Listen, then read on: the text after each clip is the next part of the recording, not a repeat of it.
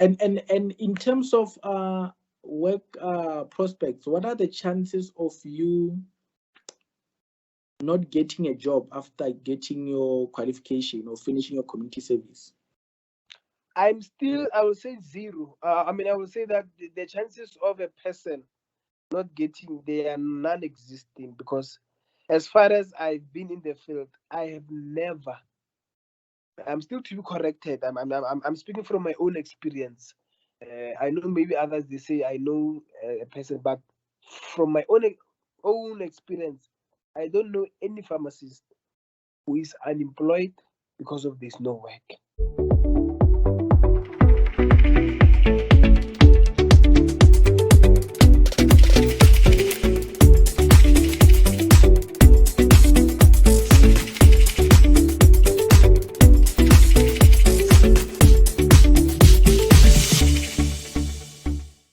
Welcome, friends. This is Dr. T, and I am excited about the program of today. I told you that one of the most important focus of this channel is to ensure that you are informed, and we want to share knowledge about career path and different career fields.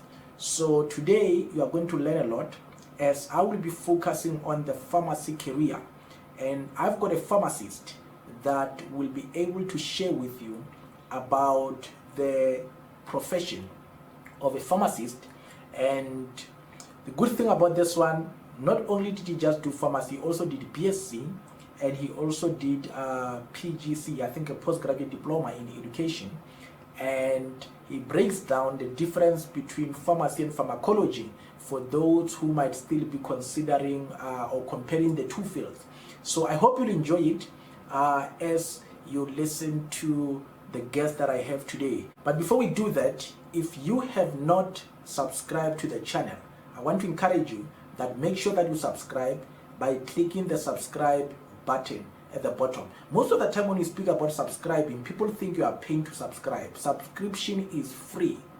By subscribing, you are basically ensuring that you support the channel, you can be able to reach more people, and you'll be able to get the videos as we do them. You are going to get them, you are going to get a notification by subscribing. That's what it basically implies. Also, click on the bell function. There's a bell icon there at the bottom. Click on the bell icon so that you can be able to get a notification every time we post a video. But also put your comments below if you've got any question that you want me to answer, or to also get clarity from our guest. Make sure that you put the comments below, and I will be able to communicate with him for anything that you needed clarity with. If I can't answer it, I will be able to pass it to him, and he will be kind enough to respond to it.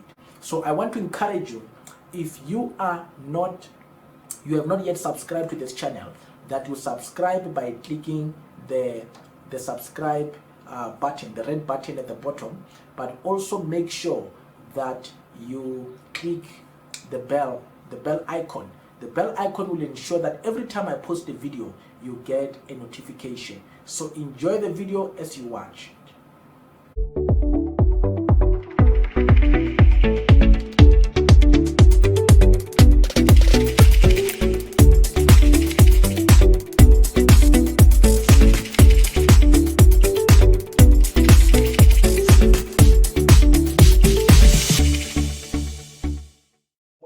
Welcome. This is Dr. T here, and this is our program, Living Your Life to the Fullest.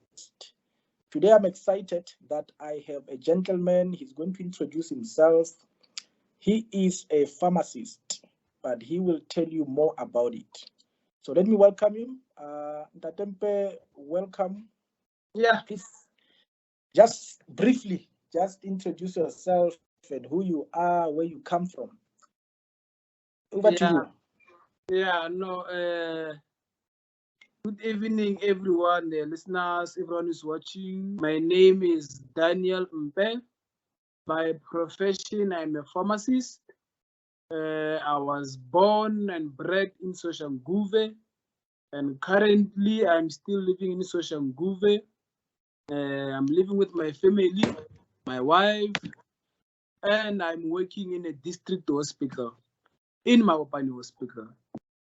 So that's me basically. No, thank you so much. Maybe just a brief background of your, I mean, I know you, but the people who are watching might not know you. Where you did your, particularly your high school, where you did your high school, what did you major with? I remember, I mean, you competed long time ago, so your high school background might not be relevant to the ones who are studying now, because the subject might be different or named differently. But what stream did you follow? I remember we used to speak a lot about streams. Did you follow? Where did you do your high school, and how was your experience? Yeah. Well, basically, yeah, that's more like, is it 16 years ago? Yeah, that's quite almost 2 decades ago. Well, I did my high school in Ritumetse High School. It is a school which is situated in Soshanguve, in Block L. And basically, what I did there, I mostly majored in sciences. Back then, even now, they're still doing it. You either choose, especially when you are doing grade 10, you have to choose whether you're doing the science stream or the business stream. The science stream mainly it composed of 2 languages, which was your VNET, which was your first language, and English, which is your second language.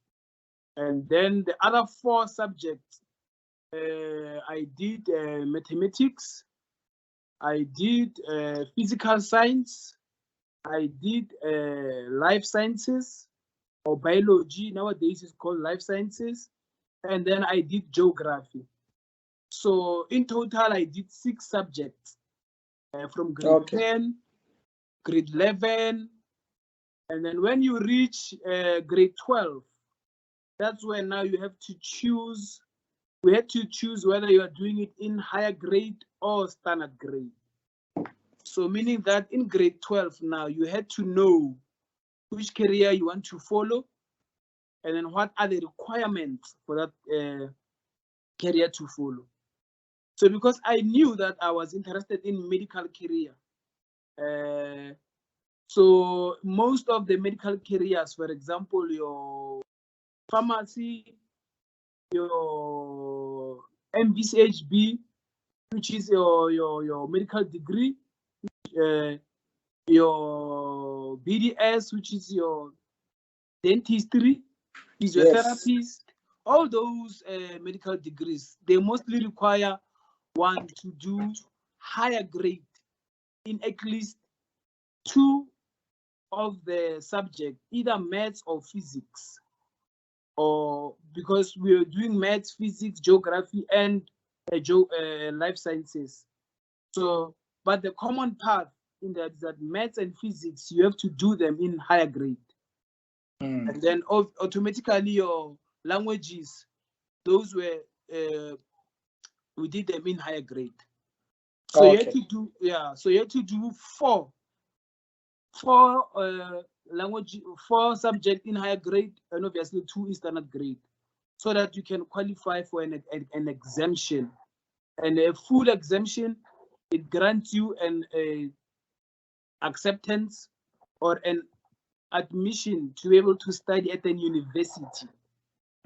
So in my case, because I knew that I wanted to do pharmacy, initially I wanted to do medicine or pharmacy, but you know, due to lack of career guidance, if I may put it, because I was always interested in pharmacology, which we'll discuss later on in the interview. Yeah, so I knew from a young age, especially in grade 10, grade 11, that I had to do higher grade in those subjects. So yeah, that's what I did. That was the stream. And if you chose to study in your technicons, then you are not forced to have a full exemption. You can either all those subjects, you can do them in standard grade. That was back then. But in nowadays they do level. You know, in nowadays I think it's automatic nowadays. There's no more higher grade or standard grade. Nowadays, if you do math, you do math, and then they will tell you that they want certain level 5 or 4 or 6. So it's very important for one to know the requirements for the career that they are interested to study in, you know. Okay. So yeah, back then we used to grade them high grade and standard grade, but nowadays things have changed a little bit, you know. Yeah, now they've got math literacy, and they've got pure maths. Yes. And they've got the APA score, which is what they select them based on. But then you mentioned something about you always knew that you wanted to do pharmacy. So immediately when you finished matric, did you register as a pharmacist? Did you apply for it? No. Initially, when I finished my matric, which I got a full exemption, I didn't apply for pharmacy immediately. As I have highlighted earlier on, that sometimes maybe due to lack of proper career guidance, you know. Yeah. My first choice, I went for medicine, and then my second choice, I went for pharmacy, and then I applied at. I studied firstly at University of Limpopo, which was back then known as Medunsa, Medical University of South Africa. But then it was changed because I started my studies in 2003, so it was called University of Limpopo, which was just a name change there. So I applied for medicine, and then my scores, I couldn't get in because of my scores. So my second choice was pharmacy, and then in pharmacy, because they couldn't accept me because the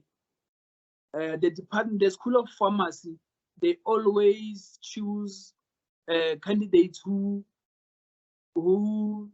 choose pharmacy as a first choice, you know. Oh, okay. So due to that, I was advised that, you know what, you should do Bachelor of Science, you know, which is BSc.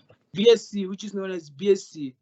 Mm. And then I said, you know, because I was young and I didn't want to stay at home thinking that another year at home. I know. Yeah, like no. Another year at home, it didn't make sense, you know. Let me just do BSc, and then I will see what happens, you know. When you are young, sometimes it's young, naive, you know, it can be advantageous, it can be disadvantageous, you know. Mm. And then I went for, and I ended up doing BSc, you know. Yeah. And then I did BSc. Now, remember, that was not even in my plans at all. My plans was medicine or pharmacy. Now I found myself, having to choose now. That what must I do? So now I was advised, when we went there in University of Limpopo, they had advisors there, you know. Yeah. And then they set me down and then explained to me. I said, you know what? Let me just do BSc, and then I will see, I will see, because the opportunity of NSFAS there, it was easy compared to now. When I look at it now, nowadays there's so many things now with NSFAS. So for me, what made these things easy for me, because I saw that NSFAS is easy, there's no hassle and all those things. So let me just study, not waste some time. So I went for BSc, and then I studied BSc. Now you're saying something very important, because when you mentioned that you were not selected for pharmacy because it was not the first choice, which is one of the most critical things. So basically what you are saying is that even though you apply and you meet the minimum requirements, if you don't put what you want to do as the first choice, that can affect you. Yes, it can affect you so much, because remember that I'm not so clear about the selection criteria, but I'm thinking now, in a basic sense, that when people apply, obviously the first choice, those are the first people that they work with. And then pharmacy is a very limited course there, because they say that they normally take 60 to 70 students. Now Yeah, you can imagine. they take 60 this year. Yeah, they take. You see now. Yeah, where I am, but I know they take limited people. Yeah, they take limited people. Now you can imagine if they say they take 60, and then with them they're sitting with 120 forms, which have indicated pharmacy as their first choice. So obviously, you who put pharmacy as a second choice, automatically you are out of the race. Before they you won't even stand a chance there. So they will work with that 120, choose people who are qualified, who meet the requirement, and those on the waiting list. So obviously, by putting, it's very, very, very critical when you choose a career to put the first choice. The first choice, second choice, and third choice. Those are very, very important, because they affect you a lot. They really do. It makes sense. It makes a lot of sense, because if you think about the health science in general, the spaces are limited, and they cannot be wasting time with a second choice applicant. Yes. Because while what it basically implies is that when the applications come, the first choice application, they go where they've made the first choice. So they can't be waiting for you whether you are rejected or not. They need to take people who have prioritized them, which makes a lot of sense. And so, did you then complete your BSc before you go to pharmacy? Yeah. Well, the plan was, when you are there at school, life sometimes is full of surprises. The plan was, for this year, just for this first year, I don't want to stay at home. I will just do this BSc, and then I will apply. In my second, I will apply for next year. And you remember, it was in 2003, and I said I will apply for in 2004. I will apply for pharmacy. Now, as I studied, I said, you know what? I started enjoying this BSc, and you know what? Let me just finish this BSc, because one of the advices that I got, from lecturers and all those things, sometimes it's better to, when you start a course or something, it's better to finish it, sometimes, rather than to leave it incomplete. Something which is finished is better, because it puts you in an advantageous position. And then I started to weighing, starting to think about it. I say, you know what? Let me just finish this thing, because it's not like, it is challenging. It was challenging for me, but I was coping very well. And I saw that, I can cope. I can finish this thing, because basically it's a 3-year course, And then I said, no, it's a 3-year course. I can do this. I can finish it. I was young, and, I said, you know what? Age aside, I don't have any, because sometimes age, all those things, they play factors. So it depends on individuals, So I found myself that I'm in an advantageous position because of my age, and then NSFAS is there. So let me complete this thing, and then once I've completed it, I stand a better chance of, applying to pharmacy and being accepted, So I went for that, and then I completed it, So you completed BSc, and then you went to pharmacy immediately after you graduate? No, then after I graduate, now this is something very interesting that happened. Now after I graduate, sometimes parents they tend to choose careers for their children, and obviously the intention is good. I understand them, And then my father, he said, now that you have completed BSc now, now you should now, the chances of you studying medicine now are good. You can apply for medicine and all those things. Now I had a disagreement now with my father. I said, because you no longer liked medicine at that time anymore. Yeah, at that time, because interested. Pardon? You are no longer interested in medicine anymore. Yeah, I was no longer interested in medicine, because, as I've highlighted earlier on, I said that the reason I liked medicine was because from a young age I was fascinated by drugs. How does pharmacology? Pharmacology, we call it pharmacology. Yes. How does one design drugs? how do they work in the body, you know, all those things. That has always been my. Let me make it clear. When you speak about drugs, you mean medication. Yeah. Sorry, now I'm using not cocaine. yeah, no cocaine and Mendrax and all those things. Now, in this, So you wanted yeah, you wanted to manufacture and develop and produce pills, basically. yeah, pills, medication. yeah, and Okay. monitor. I wanted to monitor their safe to use. So you know, from a young age, you tend to confuse that with medicine. You know. Yeah. Now, when I was doing BSc, now I started researching more. I said no. So from initially, I liked pharmacology. This is what I like. I wanted to be a pharmacist. This is a career for me, a pharmacist. And there was a career for, you know, there was a BSc in pharmacology.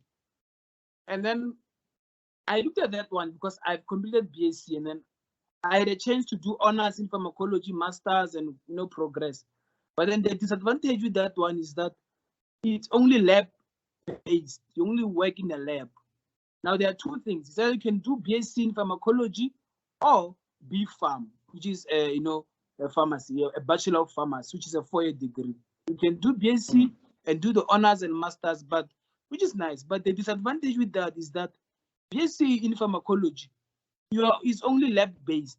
You know, it's either you are a academic, you are a researcher, you know, all those things.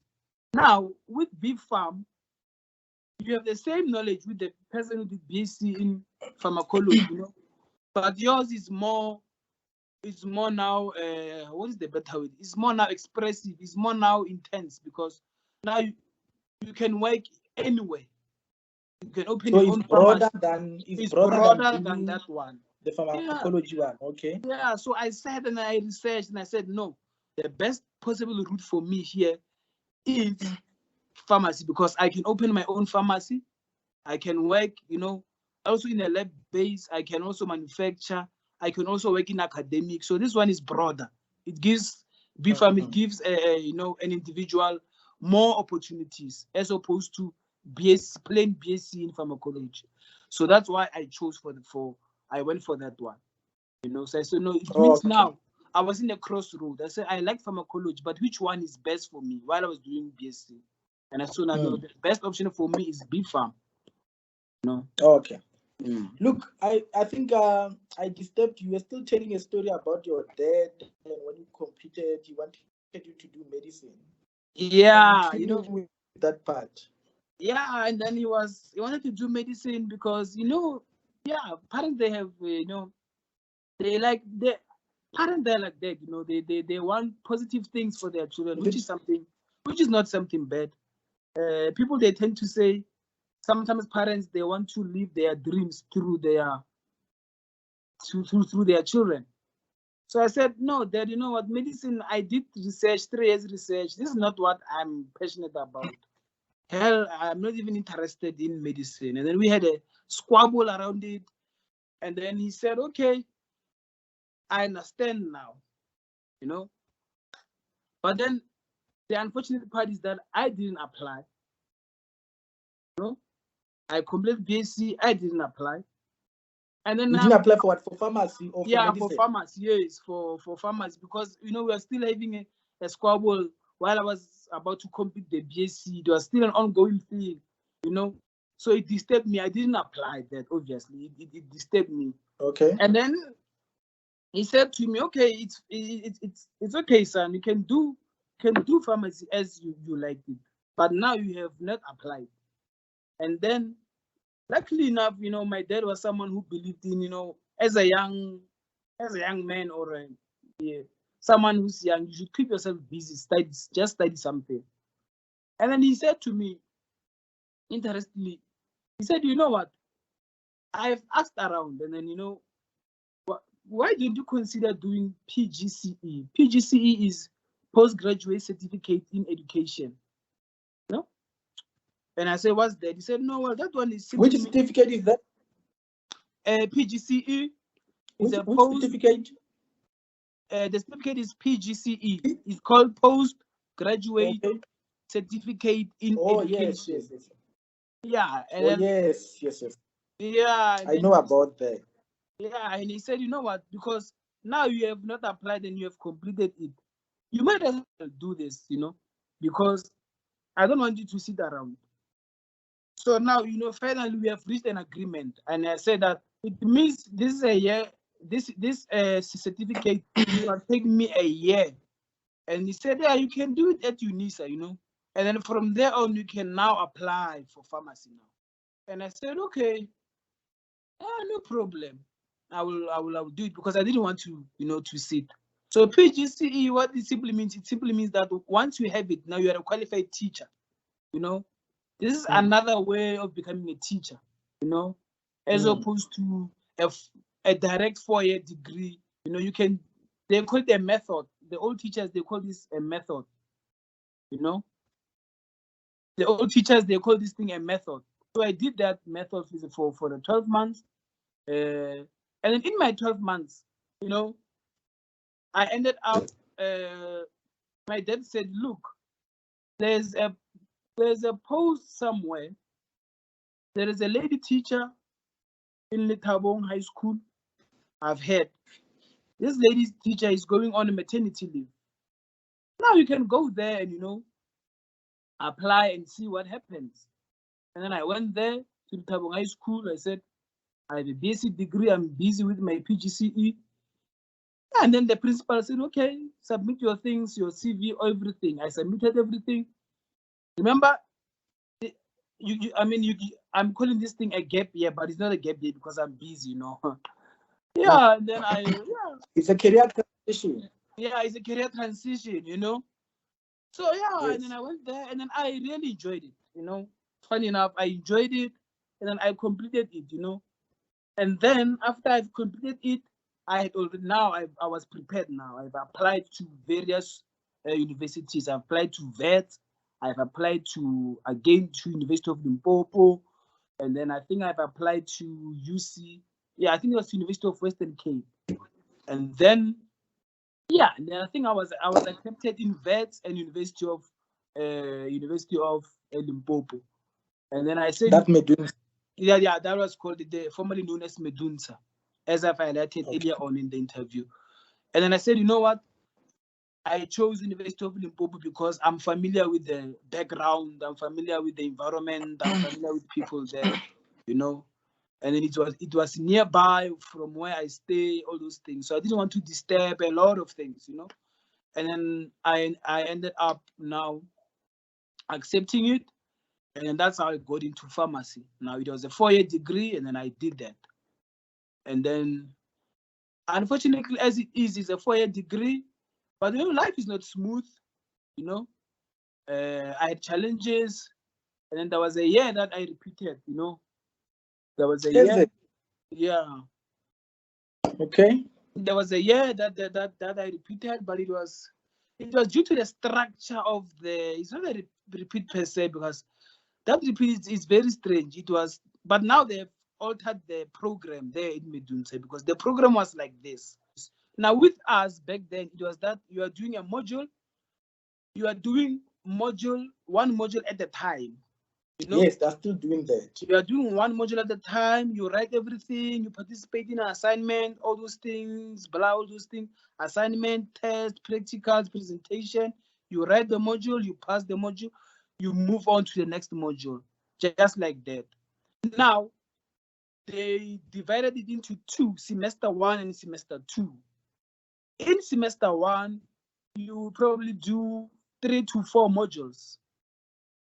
And then by the end of June, when you close off the semester, which you would have done 4 modules. Now they used to do this. You're gonna write they call it end of semester exam. Now that end of semester exam simply means you are going to write all those modules, module 1, 2, 3, 4. For example, if in semester 1 you did 4 modules, you're gonna write all those 4 modules in one paper. Oh yes. I think I had a conversation with them. The only change they've done now, you write at the end of each module. They no longer combine all of them. Yeah.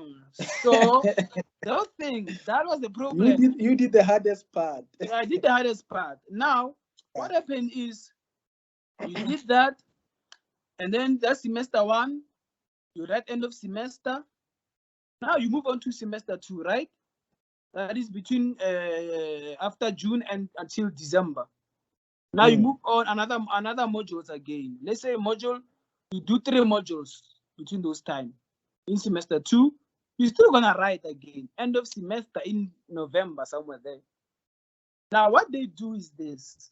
They're gonna take your semester 1 and semester 2. When they add them, they must give you 50. If they don't give you 50, you have failed. Sure. Now, how I repeated, the reason was they said I've passed all the modules, no? Your second name. I passed all the modules. Now the semester, my semester, when they add them together, they gave me 48, 48.5 or 49. I remember somewhere there. Now this was the hardest part for me. And then they said, look, you have passed your modules, but now your end of semester, they doesn't give us 50. You have to choose. Now imagine if they tell you, choose which semester you want to repeat. But you have passed. That system was like, I was like, what? So there was no re-exam? Yeah, there was. Okay. I did write a re-exam because they said choose which re-exam you want to write. Obviously, you have to choose the semester which semester 1 or semester 2. Yeah, okay. So I chose. I forgot which semester I chose, and I couldn't make it. And they said still your marks they haven't changed, man. They still remain the same. So now you have to choose which one do you want to. That was the silliest thing I've ever. Which one do you want to repeat? Which one do you want to repeat? Like that was the most silliest and awkward thing. And then I chose to repeat pharmaceutics. Now pharmacy is like this. It's divided into pharmaceutics and the clinical pharmacy. Basically, all the pharmacy program in all universities in South Africa, they're divided into 2. Pharmaceutics is the one that we have talked about, I think, production of medication, production of drugs. Drugs, as I've said, medication in this particular context. In pharmaceutics, you are concerned about the legality of drugs, how do you manufacture them, what documents are required, how do you market them, the business side of pharmacy. That is pharmaceutics, the chemistry behind medicine, all those bonds. If you do chemistry in school, all those bonds, all those things, chemical reactions, all those things. Now, clinical pharmacy, it has to do with the health part, health part of medication. Like medication, this medication is not safe for, let's say, for pregnant women. It's not safe for people, you are more into the clinical side of it, you are more into the hospital side of it. When you dispense medication, when you dispense, by dispense I mean when you issue medication to patients, you are now looking to their safety. Is this medication safe? Is the patient okay? Is everything right with the patient? This is the clinical side of it, of the medication. Yeah, now you start to interact with patients. Are you having any side effects? Ever since you've taken this medication, have you seen anything? That's why you give advice. Ma'am, this medication is likely to have, you are likely to suffer side effects such as blurry vision. You are likely to suffer things like drowsiness. So may you please be careful when you take this medication, because as you are driving, you might sleep. This is like clinical aspect of it. Yeah. So I chose the pharmaceutics, and then to rewrite the pharmaceutics, and then I so tell me, Now that we're mentioning the issue of the medication, I've always wondered when I go to a pharmacy, and then they will tell me about certain medication and the side effects. Do you guys study specific medication and all the side effects, and how many do you study? It seems like it's a lot of work because there are many. How does it work? What do you guys focus on with your studies? Yeah, Do you have to unfortunately, memorize all of them? Do you have to? What happens? yeah, unfortunately, there's we study all of them, but the way they've grouped them, it's easy. Like for example, we study all the medication.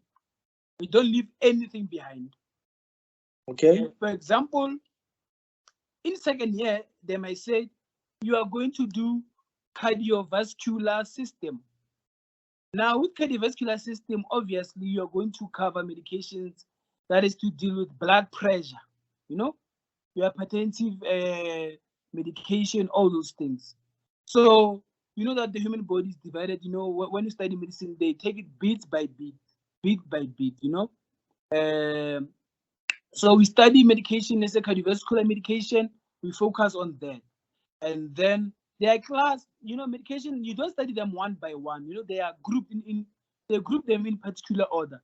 For example, they may say, So you can do medication for psychiatric disorders. yes, psychiatric disorders, like that one, it will be your central nervous system medication. Okay. Yeah, they will classify them as central nervous system. And then under central nervous system, for example, there will be a class called, let's say, for example, your benzo group, so your benzo group, and then they'll tell you the list of your medication there. You know that, and it's easy. It may sound like a hard work, but it's not, because they classify them. Your benzodiazepine, that is your diazepam, for example.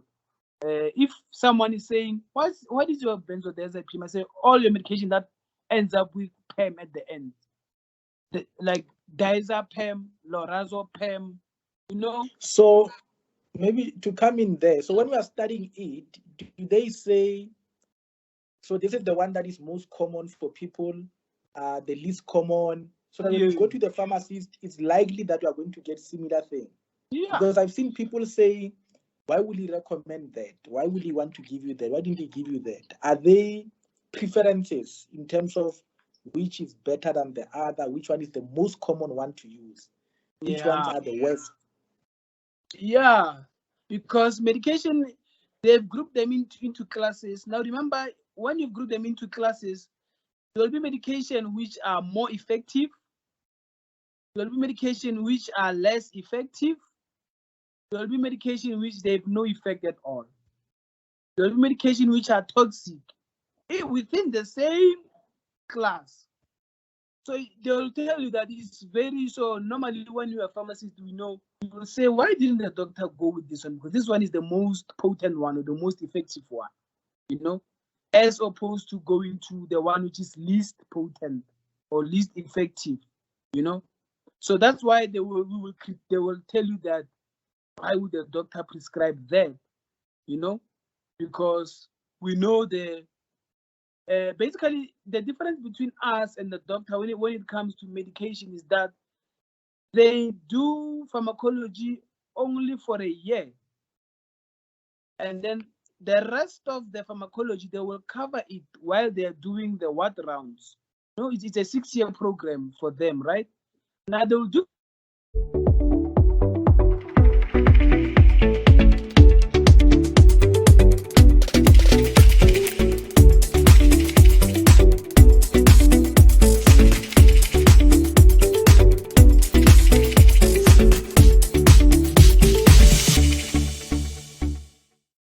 Friends, sorry for the break, which was not planned.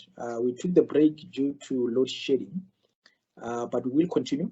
We actually had to postpone the interview to another day, so we are just going to continue where we left off in the previous section, or the previous day.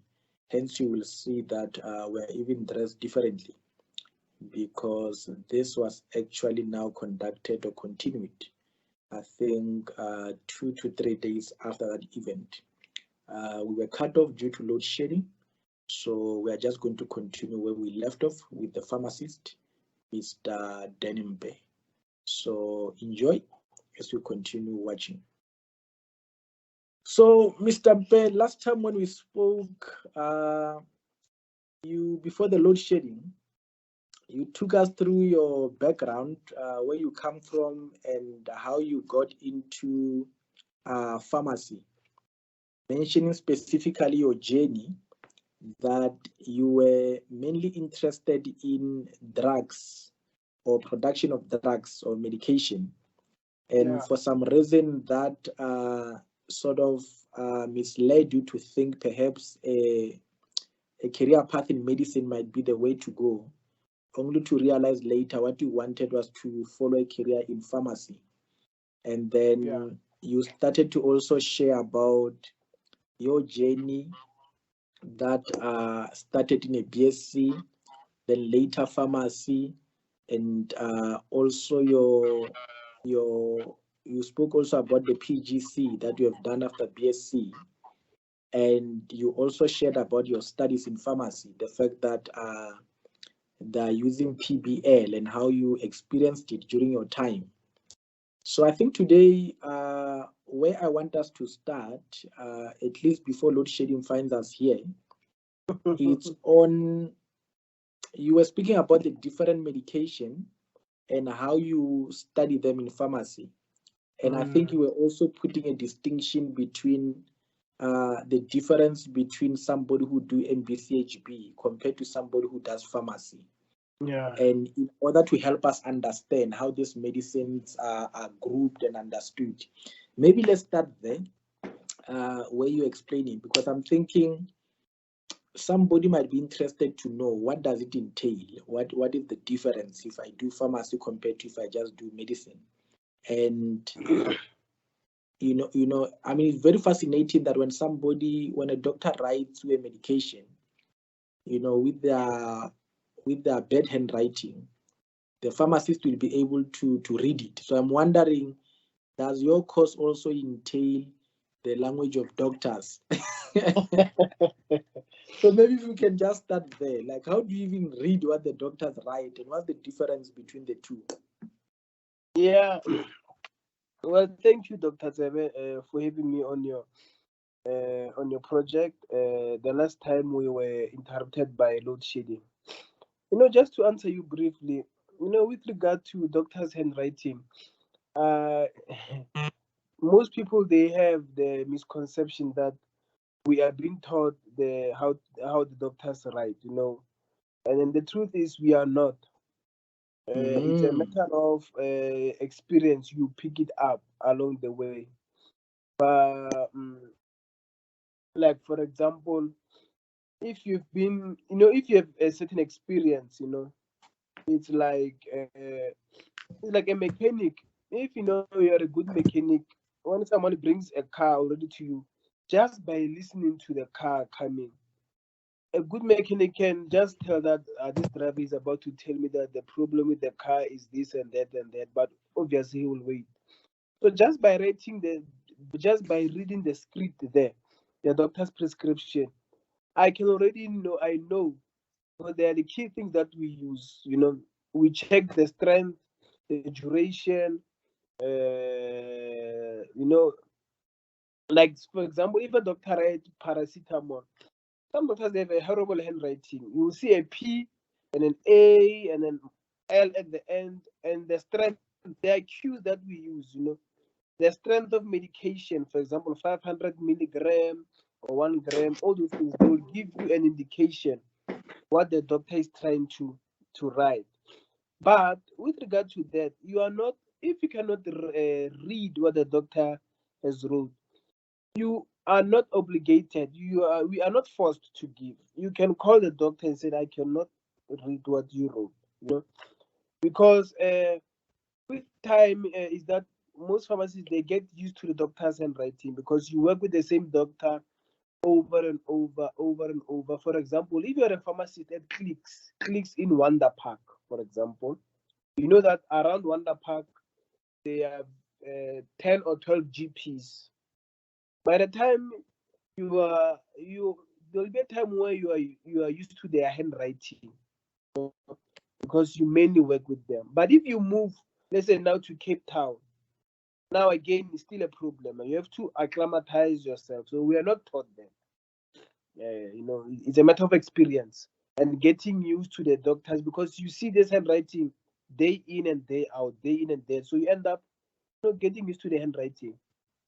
To answer you again with regards to the difference between someone who did medicine and someone who did B Pharm or pharmacy, is that as I've explained earlier on, that the pharmacology that we do, that the B Pharm program, we do it in detail, in great, we do it in great detail. Whereas with regards to MBCHB, the medicine side, they,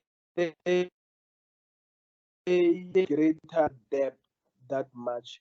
They mainly focus on, as you know, MBCHB, they mainly focus on diagnosis, prognosis, all those things. They mainly focus on how to diagnose, how to treat, all those things. But with drugs, they don't go into greater depth. As I've explained, that they cover pharmacology at third year in most of the MPCHB program around the country, depending on which university you are studying your medicine in. But some they do in second year, mostly it's in third year. And then throughout their career, when they are doing their their rounds, when they are doing their block, they call them the block studies. Now they continually revisit what they've been taught in third year, So that's how they learn the greater depth with medication.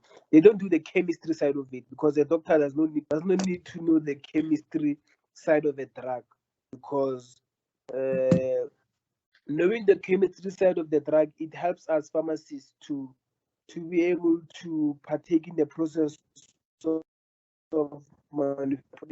to understand the physical property. When you are in the manufacturing side, you know how to angle the drug. So for a doctor, there's no need for them, to know all those things, because they won't be involved in the production of the drug. Their drug is just mainly, they know that this drug can be used to treat this and this, and that's it, and the side effects. So that's the difference. We're going to greater depth for them. They just cover what is needed to know. And do you do chemistry in pharmacy or what? Because you mentioned that they don't do the chemistry part of it. Yeah, chemistry we do it, but the chemistry that we do, it's they call it pharmaceutical chemistry. It's a different. It's not the same as the one is, there's chemistry. There's a plain chemistry, the one in BSc. If someone said, I have a BSc in chemistry, and the chemistry that you do in pharmacy, they are different. But they follow, there are certain principles where they borrow from each other. The chemistry in pharmaceuticals, in pharmacy, it's more intentional to drugs, directly mainly to drugs and important stuff. Like for example, if I do chemistry in pharmacy, I will not calculate the number of molecules, millimoles. Those things are not important to me, as opposed to someone who's doing BSc in pure chemistry. They are more into calculations, all those things. For me, all I need to know is, I need to know the chemical structure and what affect the chemical structure of the drug, let's say, all those things. So it's a bit, they are different. It's different. It's not the same as BSc chemistry, like someone who's doing a chemistry in BSc. Chemistry in pharmacy, it's intentional to the pharmacy side specifically, Okay. to address pharmacy issues. I was saying, like, ability of a drug, that they are more stable in a cooler, they require like to be kept in a refrigerated, in the fridge. Others, they are not, but they are sensitive to light. As a pharmacist, you are more interested in what is the property of those drugs that makes it to be more stable in a cooler area, or less stable in in different area. So we focus on that. So what I wanted to find out then is, if somebody's interested in studying pharmacy, and they were to ask you, what does it entail? What generally speaking, not necessarily going into every detail, but what does the whole course, what are you going to do the most in the course? What is the bulk of it? Where will you The bulk, say, yeah. let's say somebody's in matric or at high school and want to know, is there a subject that I can relate to what I will do the most in pharmacy? How will you advise that person? Yeah, it's unfortunate that in the current syllabus that we have, as of now, the grade 12, the last time I checked them, 2 years back, there isn't a topic or a subject in life science or even chemistry that they can relate to pharmacy, because pharmacy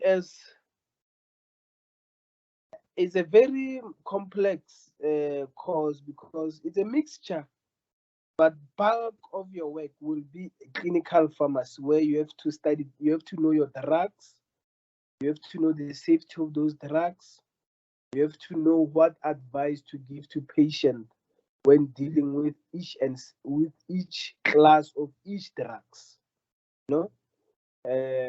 But the other part, which is not the bulk of it, is just that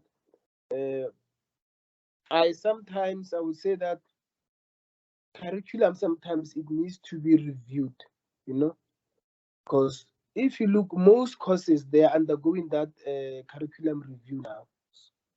So it tells you that there are certain things that they need to cut off, because certain things they are not necessary, in certain courses. I would say at the current moment, for someone who's asking me, I would say for at the grade 12 level, the syllabus you are in, there's nothing you can relate to, because it's a whole different ball game.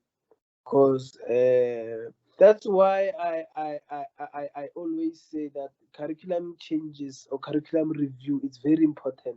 I don't know how often they do that, but it's very, very important. Even in grade 12, even in our courses, they need to be reviewed regularly, so that we can bridge that gap. I'm glad that you have asked that question, because it's not only in pharmacy. There are plenty of courses whereby, a grade 12 learner will ask you, I want to do biomedical sciences. Can I relate to from what I'm studying? You cannot tell the person, oh, I want to do a psychology. I want to study. I want to be a psychologist in the course in the courses that I'm doing. I mean, in the subject that I'm doing now as a grade 12 learner. Can I relate to? Unfortunately, you can't, because you know that it's a whole new different ball game when you enter varsity. So I would say that you have asked a very, very important question, which needs curriculum review every now and then, so that we can bridge the gap, so that they can learners they can immediately relate to these courses, because I think most of the problem is that learners they can't relate to these courses immediately. I was amazed. I once met this friend of mine. I think now he's a mechanical engineer. He just recently acquired his PhD in mechanical engineering. And then he told me, he said, when I ventured into mechanical engineering, I used to have these conceptions, these wrong,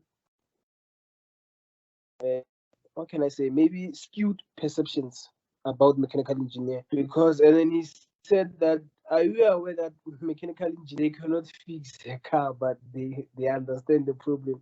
Mechanics, they can fix their car, but mechanical engineer, they can't fix their car. And I was shocked, like, how come? He said, no, mechanical engineer, we design things. Mechanics, they fix.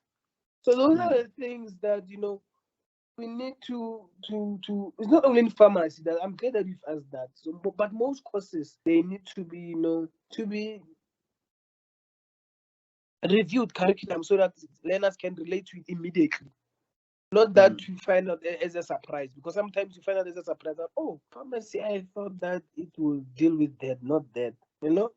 So that one, it's a quite difficult question to answer to a grade 12 learner, because you know, you will just say the bulk of the work you have to deal with medicines, the safety of medicines, how they work, and what important advice to give to clients regarding each and every class of medicine. That is the bulk of pharmacy. Safety, promoting safety use of medicine. No, thank you for that. I think you have actually touched on a very important part about one of the reasons why we have this program.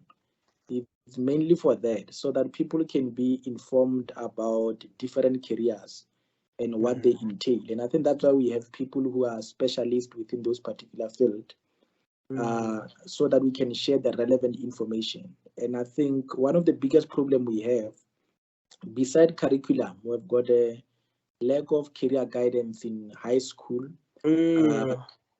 but also there's not a lot at higher education. We still have people doing qualifications who are not informed.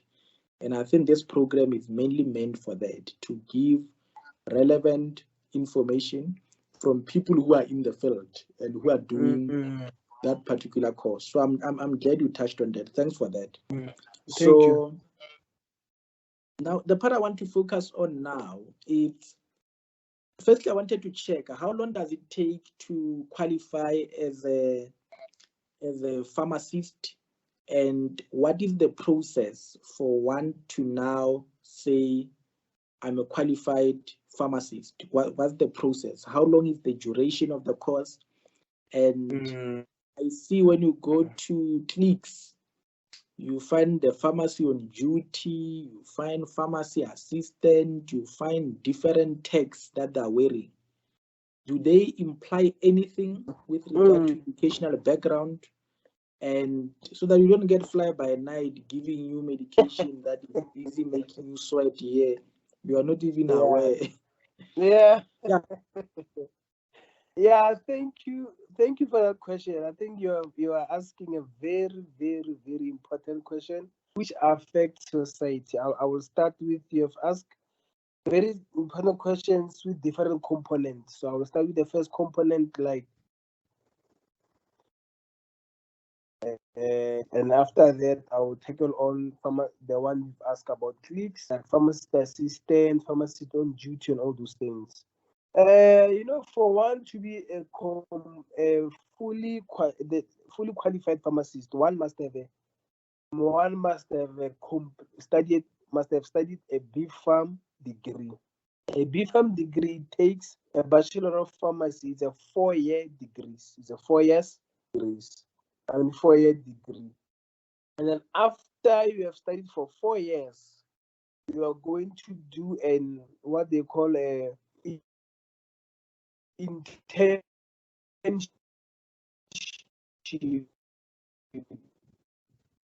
Internship.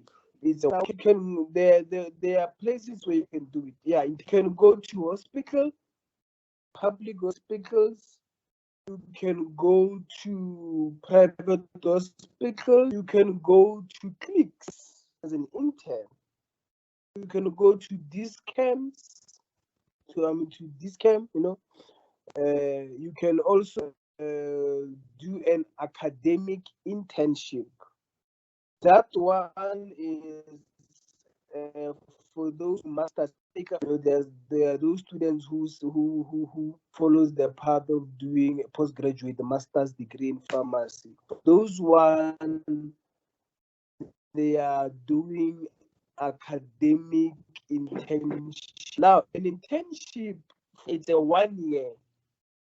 But for those who are doing master's degree in pharmacy, for them it's a 2-year program. So the normal route, the common route for most, I would say 95% of all pharmacists, is that after you've done your B.Pharm 1-year internship, and also you can go in the internship, you can go to production, manufacturing companies like your Adcom, Aspen, you know. You can always, there are different forms of job opportunities where you can work. You know, I think a wholesaler. I've not spoken about it. The wholesaler is a very lucrative one, because a wholesaler is where most of your retail pharmacies, for example, Clicks. I'll use the common one. Clicks and Discam. They normally order their medication from. They order from a wholesaler. A wholesaler is a middleman, sort of a middleman, the middleman between companies and the private pharmacies, so private pharmacies. So you can also do your internship there. It's a 1 year, and after you have completed that 1 year, but in that 1 year, you must do the following first. It's a 1 year. You also have to write what we call the sort of a board exam. They also exam, which they are conducted by South African Pharmacy Council. You have to write 2 papers there, a theory paper and a calculation paper, because mostly we are also dealing with calculations. We have to calculate sometimes medication, all those things, the doses, different doses. So you have to write 2 papers. More like those who are doing BCom accounting. If you are following a stream of an accountant or a stream of LB, those who are doing advocate stuff like that, they have to write. I know for sure with accountants that they have to write 2 board exams. You do articles and then you have to write 2 board exams. The same process with 1 year internship, and you have to write 2 exams. Are you writing them on the? Are you writing them on the same day? Yeah, you are writing them on the same day. It's paper 1 and paper 2. You write them on the same day, and I know that nowadays, things people, it's still the good old fashioned way of writing. Sit down, they give you a question paper, you write. It's not an online, but it's an open book with both your exams. They're an open book. Paper 1 and it doesn't help. At UNISA, they once gave me my books during my open book exam. They were disturbing me. They were disturbing. Disturbing open books. It's like, if you know, you know. If you don't know, you don't know. They will be very disturbing. We rather take the books away. It's better to write with the books closed than open. I think that's the strategy. I used to be excited when I hear people write open books. I'm like, you write with books. I'm like, yo, I'm gonna get 100 until I had 1. I'm like, no. You can't do it. You are very right, Dr. Zebe. That thing is very disturbing. Open book, it's very difficult. I mean, open book question papers, they are very difficult. Like, on a serious note, those, because they test your knowledge, they tweak, they play around with words. They what they do. They play around with your mind. So open book is more like, if you know, you know. If you don't know, you don't know your stuff. They test your comprehension of the subject matter. Your understanding. So you do that, and then if you fail, unfortunately, you can't proceed to the next level, which is a community service, which is also a 1 year, period. So if you have failed one of those papers, now you can't proceed. You have to pass them. And then also in that internship, we also submit CPDs. They're more like your portfolio of evidence. In most courses they will understand portfolio of evidence, but that one we do it online. Yeah, continuous professional development. Yes, something like that. You must also be competent in there are 8 of them. They say that you must be competent in at least 6 of them. You must be competent in at least 6. So you have to be competent in 6 CPDs and pass all those 2 exams, and then you can proceed to do your community service. which is a 1 year period. And then in that period, community service, unfortunately, there you have to go to a public institution. The difference, as opposed to with internship, remember you can go anywhere you like, can choose where you want to expose, you want to go private. There, the opportunities is up to you. But hence the name community service, it means now you have to go to a public hospitals, clinics, unfortunately. And this way, and then now there you don't need to submit anything. It's just the community service. You are there for a year. You are working, and then still under your supervision. But there, then you have freedom there. They treat you like you are almost qualified there. So after a year, when you are done with your community service, then you are now fully registered as a pharmacist with South African Pharmacy Council. Now you are a qualified pharmacist. And there's no any form of assessment after community service? After community service, there is the only form of assessment. It will be the manager, the let's say the pharmacy manager there. He will write a report to the pharmacy council saying that I am happy with Mr. So and so, Mr. So and so's performance in his community service here, and then he's ready. It's more like he's writing to pharmacy council. He's giving he's endorsing that that's the only thing. He's giving his own or her endorsement to say that this person, I'm happy with his performance. I don't see any area that he needs any work on or whatever. I'm releasing him or her. He's competent. That is the only assessment you will get. From your side, there's nothing you are going to submit. It's only the pharmacy manager at that side. And then when you are doing your internship or your community service, are you paid at that time? Yes. In that time, you are getting paid. You are working now. Okay. You are working. And yeah, continue. Yeah, you are working. You are getting full salary. You are working there. Also, when you are doing your community service, you are also working there.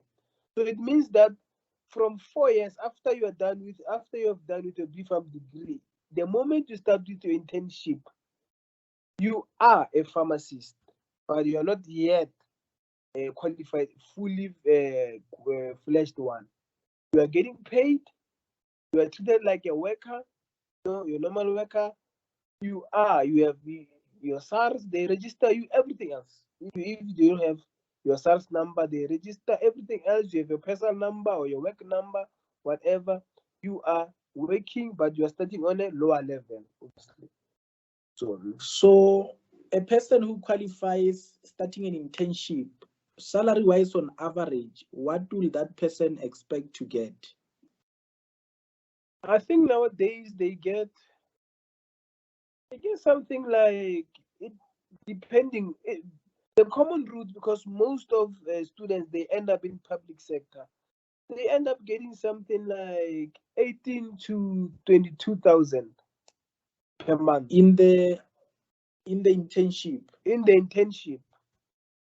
That's after they've deducted whatever they deduct. Yeah, after they've deducted whatever they've deducted, they get something like 18 to 22,000. Remember that as I've said that in internship, some they may end up in private companies, some they may end up in manufacturing companies. So an intern there others they get something like 27,000, 25,000. So they may get more than those ones who are in the public sector. So and then when they go for community service, roughly it is about 25 to 27,000. Also, the pay will increase from internship to community service. Yes. It doesn't remain the same. It doesn't remain the same. And then from there on, once you have started once you have qualified after community service, you are now a fully fledged pharmacist. But now They are grades, you know. That they grade you. There's an open entry for a newly qualified pharmacist who have just recently completed his community service.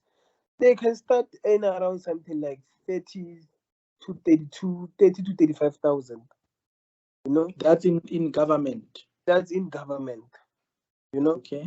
and then but most of them, they make more money for those ones who are employed in companies, private companies, manufacturing companies, wholesaler, all those things. Yeah, so they start from there, and then as you work, as you gain experience, now you start, climb the ladder. And then the most one, the classification that they use to grade pharmacist,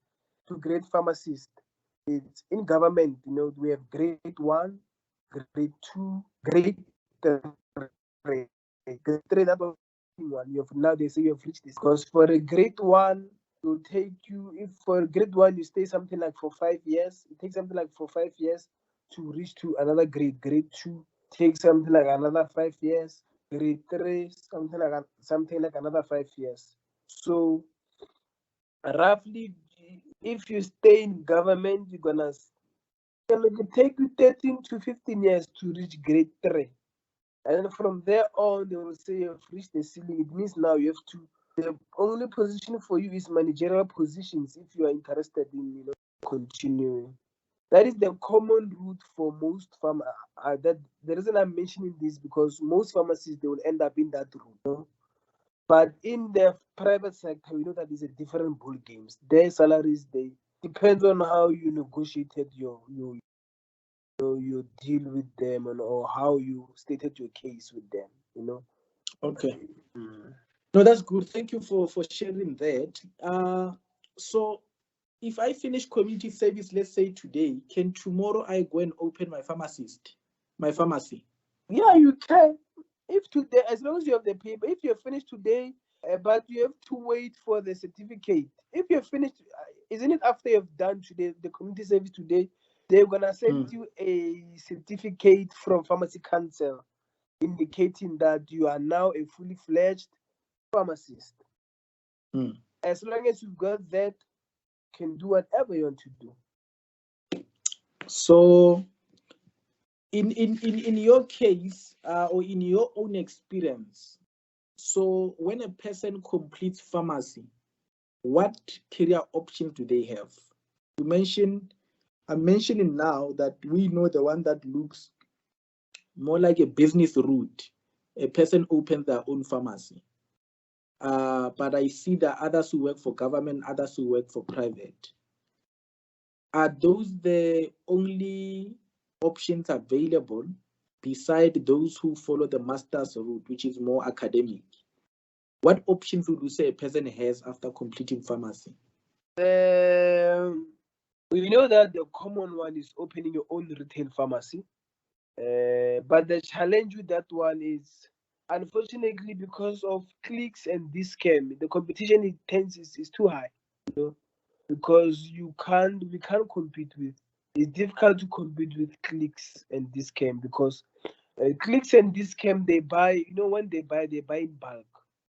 When they do their deals, they do in bulk. Hence, their prices will always. So that's why it's difficult to most pharmacies now to open pharmacies, because they have to deal with clicks, compete with clicks and discount and all those things, which is a challenge. And then the most common one is, which is rarely people they venture into it, registration.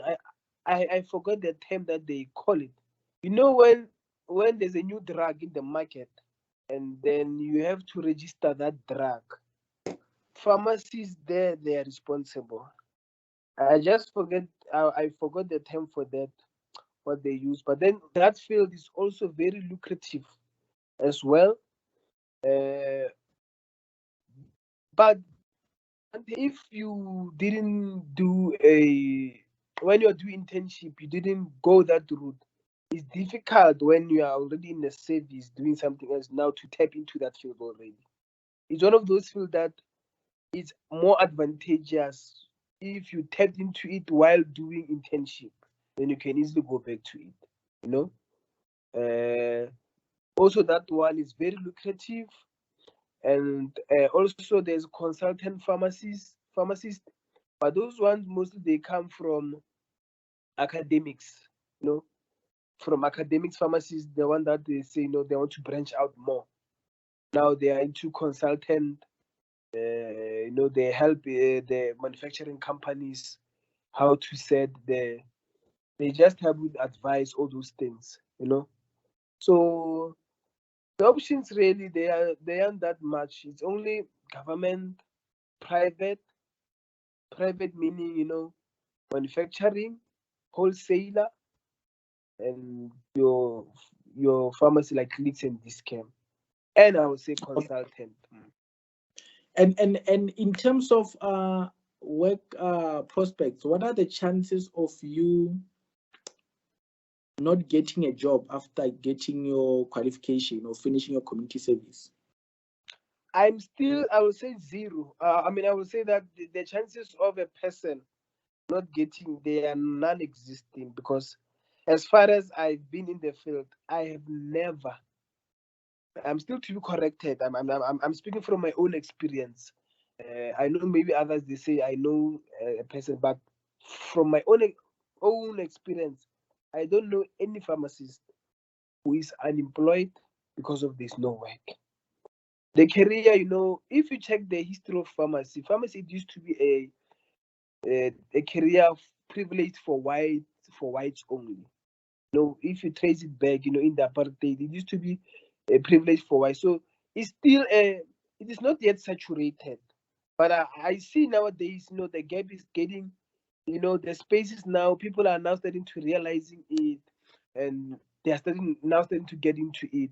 But for now, the chances, the opportunities, there are still plenty. I don't know anyone who's unemployed. I've never met anyone who's struggling to find a job. People they do find work. So from my side, answering it from my personal experience, I say the chances of a person working is 100%. But of course, with others coming with their other pharmacies, they might differ on that one. Okay. And in terms of, I see people, and I see this in medicine as well. When people finish, you find they come back for public health instead of maybe a pharmacy master's or follow a PhD route. Does it play a particular role in pharmacy or in health general, particularly for those in government? Yes, a public health, a master's degree in public health, for those who are in government, it gives them more of managerial opportunities. Just to mention the most important one, a person can become just a CEO simply because he has a beef farm and a master's in public health. Is sort of, it gives them a sort of a it gives a pharmacist more of a broader opportunities, like they can venture into managerial positions easily, as opposed to if I do masters in, let's say, clinical pharmacy or pharmacy as a, let's say clinical pharmacy. With that route, I know that I'm likely headed to an academic, an academic. Now with public health, both ways, I can be an academic or I can occupy managerial positions. Most CEOs of hospitals, some of them, if you can check them, do background checks. Some of them, they aren't even doctors. Some of them, they are just pharmacists or nurses. Most of them, they are nurses having public health, masters in public health or PhD in public health. So it's that it gives you an advantage to go for other managerial positions that you can occupy. So public health, I would say that one, yes, it's more advantageous to do as opposed to clinical as opposed to pure pharmacy one, because that one you are most likely to work in academics, you know. So you have been in as a we've been working as a pharmacist for some time now. Mm. You are in a public hospital at this point, Yes. and because you've been in the field for some time, where do you see yourself now in the future? What are the plans around it? Because you probably now know it, you have experienced it, and you seem to broadly know the field. Where will you say you see yourself within it 10 years from now or 5 years from now? Yeah, you're asking very important question. The question that you're asking now, it is taking me back to the one that we didn't answer. Remember, you asked about the pharmacist on duty at clinics and pharmacist assistants there. Yes. Yes, pharmacist on duty is simply, sir, a qualified pharmacist who is a locum there. He's working at clinics for a part-time basis. That's what it means. And a pharmacist assistants, they do what we call, they do a 2-year program. But in their 2-year program, they do what we call work integrated learning, meaning that they will be assigned or attached to a specific hospital or a clinic or a place where they are pharmacists, and they'll be registered under a certain pharmacist who will be their tutor. Those learners for the next coming 2 years, they will regularly attend classes, submit portfolios, and write exams. But the bulk of their work is they are doing what is called work integrated learning. They are learning as they are working. You know, so those are pharmacist assistants there. No, and it is also a very lucrative field there also, because the requirement for them is it's not as strict as for the pharmacist, because they for now at this present moment the pharmacist assistants, they can do the course with HSA, which is Health Science Academy, which is located in Lanewood. Their requirements there, they are not as strict as much, because they don't want they are not clear. Even if someone who did accounting or business there, they can go there, they take them. So for now, it seems like it is an easy path for them, because it's not much regulation with regards to what they want, all those things. And then also employability on their side, the pharmacist assistants. I've never met any pharmacist assistant who's not working. They are locally. You can work, even if you cannot find a permanent one, but they are always locums. Clinics, they always want locums, they always want locums. So to answer you again, the question that you asked me, that where do I see myself in 10 years from Okay, now? before we get to that one, so when somebody has done pharmacy assistant, what salary can they expect if they employ it full time or if they're doing locum? For somebody who might say, maybe I've been sitting at home, I want to branch into this. What can one expect if he does it? The pharmacist assistant, the entry level for them is somewhere around 12,000. Okay. For grade one. Yeah, for grade one. For someone, so let's assume he did a pharmacist assistant for 2 years, and he's employed in a public sector.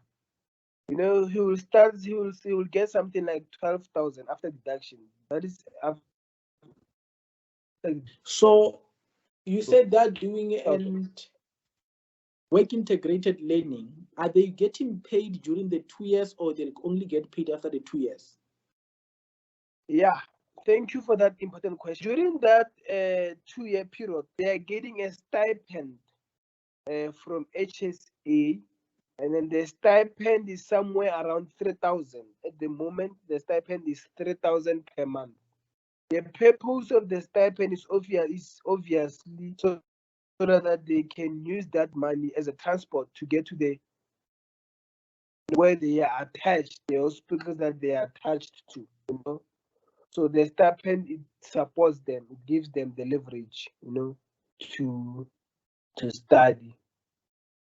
So once they've completed their 2-year working integrated, yes, 12,000, some around 12,000. And then as they progress to a grade 2, as a grade 2 pharmacist assistant, now they get something like 14,000 to 15. As now they progress to a grade 3, now that's where they get now something like between 18 to 20,000 in the government. Obviously, as I've highlighted that in in the private sector, pharmacist assistants who are working at clinic, they tend to get much more than the one that works in government. So yeah, but the one that works in clinics, I would say pharmacist assistant, they can get something around like 24 to 25,000. Which is a lot of money. They're making a lot of money. For 2 years qualification. For 2 years, exactly. So there are also issues around that because sometimes pharmacists, they feel that, but we had it the hard way, and then money. So there's always these issues. So for someone who's interested in pharmacy, they should know that they are pharmacist assistant, and there's also like a pharmacy. Can somebody do pharmacy part-time? But unfortunately, you can. It's only a full-time. It's a full-time course. It's not a part-time, and also only full-time. So there's no part-time. Because with pharmacist assistant, remember you have to attend. You have to be there every single day. The tutor must sign for you, and they also at the end of their 2-year program, they don't write for the first assistant. They don't write any board exam. They don't write anything. Okay, so yeah, no, it sounds very good. I mean, I think it's a field that most people need to be aware of, because I think I've once heard about it, but I don't have much information about it. But I think it's something that it will be interesting to get people exposed to it. There are many people who can afford the 2 years, and I think it's a good starter. And you were still going to tell me now about then the career you wanted to. I stopped you. Oh, you tell me about future plans and. Yeah, I was saying that now with my future plans, because I've been a tutor for quite some time, and many students I have tutored many students, in my pharmacy career. So I have developed a sort of a passion for a curriculum, and also having a background of PGCE. I've now recently applied for masters in health science education, whereby I will mostly focus on work integrated learning, like the impact of it. Basically on the I will focus on pharmacist assistant, like the impact of it, the quality of it. Does it produce quality pharmacist assistant? For now, I do not have, or when you start the research, Dr. You. So, but for now, I don't have all the nitty-gritty, but I have a light that I want to focus on that. So I see myself in 10 years' time, not working in a government hospital, but working in a sort of an institutional sector, sort of whereby I regulate this, the curriculum, pharmacy curriculum, this pharmacist assistant curriculum, testing its impact, because as you all know that careers they change, all careers they changing, so we must also change curriculum as well. We must test to see if is it still relevant, what can we do. So I see myself, doing that, you know. So that's my So, goal. so you might end up, let's say, at the Council of Pharmacy, Yes, South the African Pharmacy Pharmacy. Council. Yeah, because those ones there, they're the ones that even regulate curriculum for universities. They come, they visit. Let's say they can visit SMU and they check the curriculum. What are you teaching the upcoming pharmacists?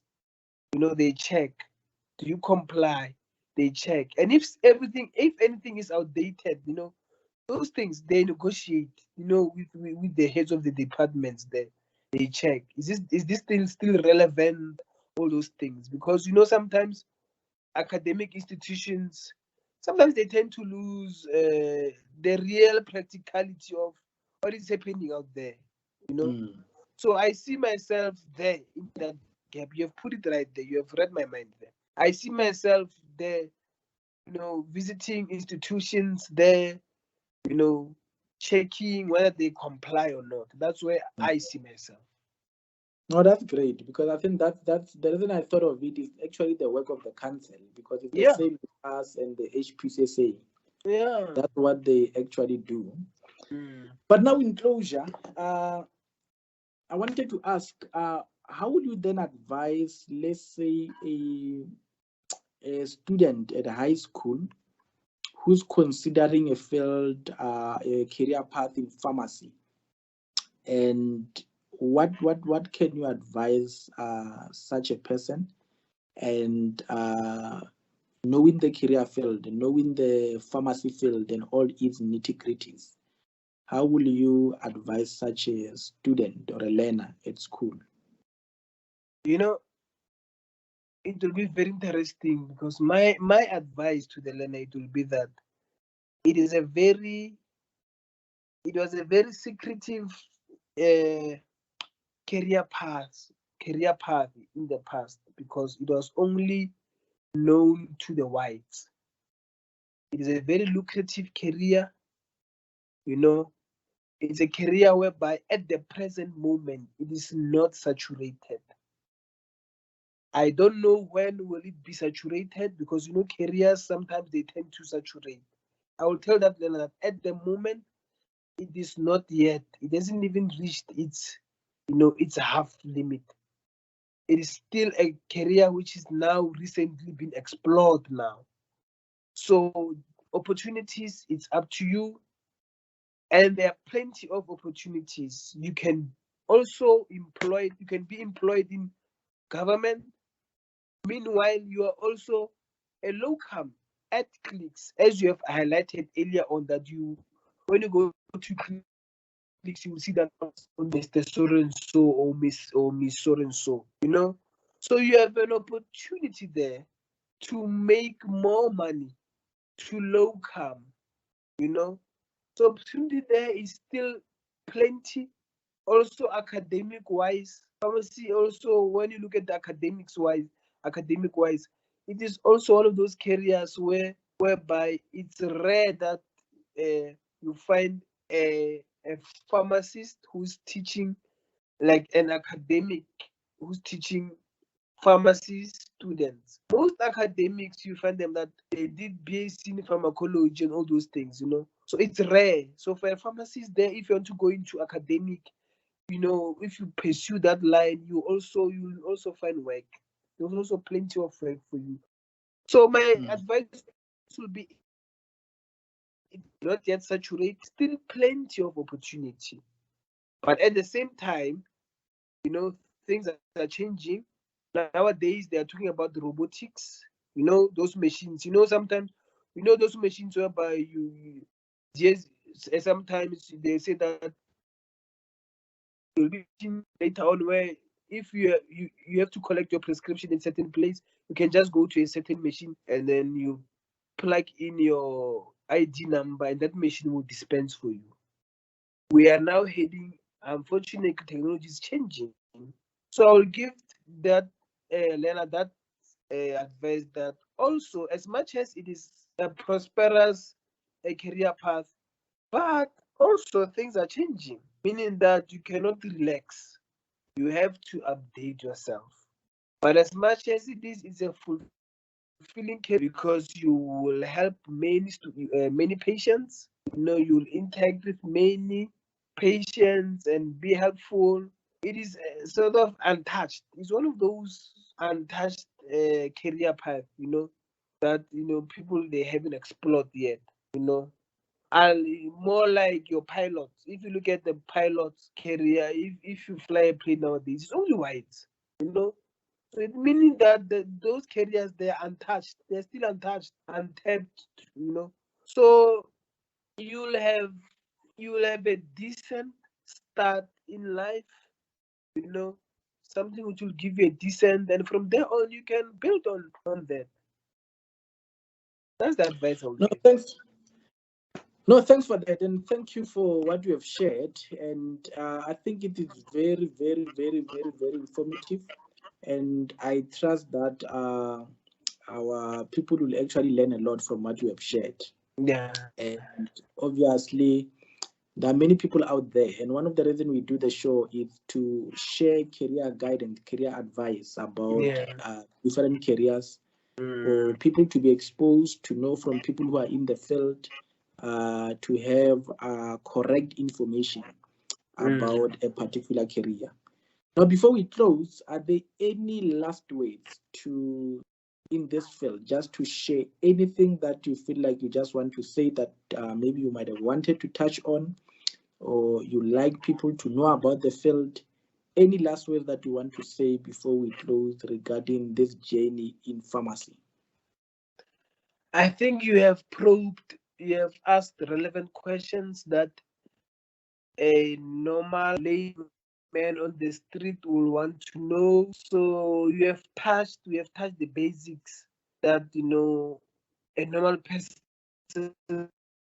So for now, I think we have explored as much as we can. So for now, I think accept that it is a young and upcoming career. Anyone who wants to dive in it can dive in it and expect many opportunities in it. Thank you so much, Mr. Mpe, the pharmacist. Thank you so much, sir. Thank you for what you have shared. We've come to the end, and we trust that all the people who are watching, they will really enjoy it, and they will be able to consider following a career in pharmacy. Thank you so much, sir.